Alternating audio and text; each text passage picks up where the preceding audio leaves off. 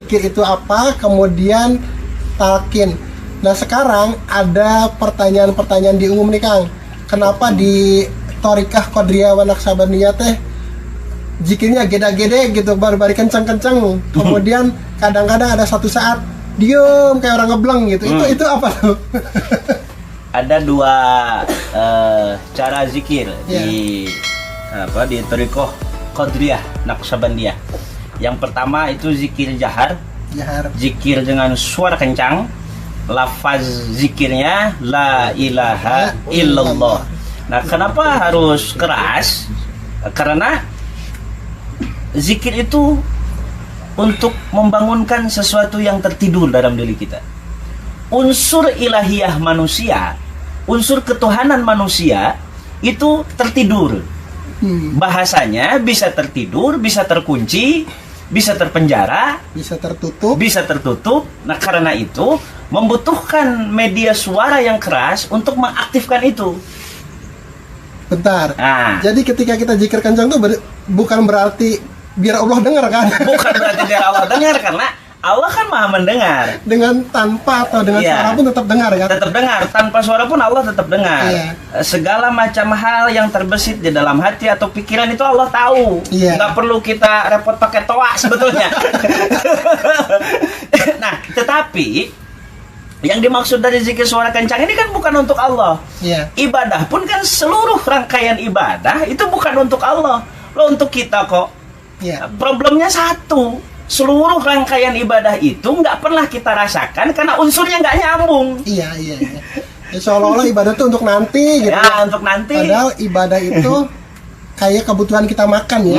Kalau kita ibadahnya benar, seperti kita makan bergizi pasti akan kenyang dan menyehatkan. Jadi yaitu mungkin termasuk saya mengasumsikan ibadah teh hanya untuk Allah, padahal kalau seluruh dunia ini tidak ada yang beriman pun Allah tetap Allahnya. Ya, nggak ada soal. Allah itu satu-satunya apa ya? Satu-satunya sesuatu lah. Meskipun Allah bukan sesuatu ya, tapi dia oke lah kita kalau kita anggap Allah itu sesuatu gitu ya. Satu-satunya sesuatu yang nggak punya kepentingan itu Allah gitu. Dia bebas kepentingan, nggak ada kepentingan apapun dari diri kita, nggak ada apapun. Mau ibadah monggo, nggak juga nggak apa-apa, gue nggak masalah kata Allah. Nah ini yang banyak sekali mungkin pemahaman atau persepsi dari sebagian kita bahwa ibadah itu untuk Allah, sholat untuk Allah, puasa untuk Allah, zakat untuk Allah, padahal itu harusnya kembali kepada kita sehingga ibadah tuh bukan lagi dipandang sebagai kewajiban, tapi sebagai kebutuhan kita, termasuk zikir tadi ya. Kebutuhan, karena orang itu sesungguhnya butuh tenang. Manusia itu membutuhkan ketenangan. Pekerjaan membuat dia tidak tenang, seluruh rangkaian kehidupan membuat dirinya tidak tenang. Maka lahir agama di situ. Untuk melahirkan ketenangan kepada jiwa mereka. Artinya yang tenang itu kan jiwa, bukan jasad. Sementara yang menjadi problematika kehidupan ini kan persoalan jasad saja. Iya. Nah, makanya agama lahir untuk mengurus wilayah-wilayah rohani, sehingga wilayah rohani ini tidak ikut-ikutan repot, tentang KTBLC persoalan kehidupan gitu loh. Makanya diajarkan bagaimana zikir ini kencang agar unsur ilahinya muncul. Unsur ilahi ini berisi rasa tenang, rasa sabar, rasa syukur, rasa welas, rasa asih. Artinya sabar yang asli itu munculnya dari zikir. Welas yang asli itu munculnya dari zikir. Asih yang asli itu munculnya dari zikir. Bukan dari konsep seminar loh. Bukan dari buku-buku gitu loh. Kalau sabarnya bohong-bohongan, nanti surganya juga bohong-bohongan. Surga hoak.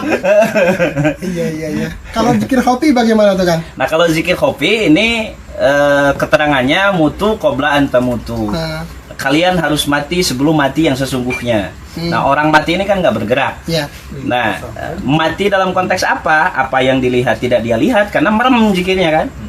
Apa yang dia dengar nggak dia dengar. Apa yang dia bisa ucapkan nggak dia ucapkan. Apa yang dia bisa cium nggak dia cium, sehingga seluruh panca inderanya terkunci untuk sementara. Biar apa? Biar pikirannya tenang sehingga gelombang pikirannya turun. Tadinya pikiran ini stres luar biasa karena input atau lubang yang bisa mempengaruhi pikiran ini ditutup sementara, empat panca indera ini ditutup sementara, lahirlah ketenangan pikiran. Nah, selain metode tadi juga melahirkan ketenangan, zikir jahar dengan suara yang kencang. Metode zikir khafi atau zikir ismu dzat itu juga melahirkan ketenangan karena seluruh lubang-lubang yang bisa mempengaruhi hati dan pikiran itu ditutup sementara. Kalau ada yang teringat di situ, maka diarahkan ke hati. Hatinya dilatih untuk selalu menyebut asma Allah. Allahu Allah, Allahu Allah, Allahu Allah. Secara terus menerus dan konsisten. Oke. Zikir jahar, zikir hopi ya.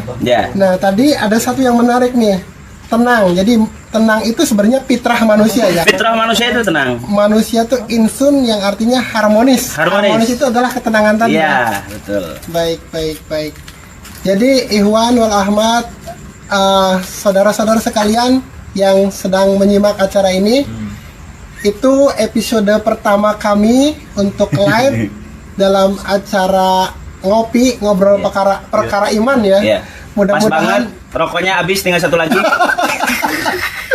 Jadi alhamdulillah ini adalah semoga menjadi awal bagi kita, bagi kami di sini untuk mensiarkan apa itu tasawuf, apa itu torekot, apa itu zikir, apa itu talqin, sehingga tidak ada lagi salah persepsi yang menganggap bahwa torekat itu adalah ajaran baru.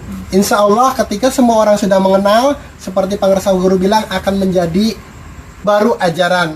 Ketika kita sudah mengenal kayak Kang Abah ini sudah tahu sedemikian banyak ilmu lahiriah dalam tanda kutip, akan semakin lengkap ketika kita belajar tasawuf, kita mengamalkan torekat, sehingga kita tahu hakikat zikir, fungsi zikir, dan akhirnya sampai pada titik harmonis, pada titik ketenangan tadi ya Kang ya. Baik, itu saja rekan-rekan dan sahabat sekalian, semoga ini bermanfaat. Billahi taufiq wal hidayah. Wassalamualaikum warahmatullahi wabarakatuh. Waalaikumsalam warahmatullahi wabarakatuh.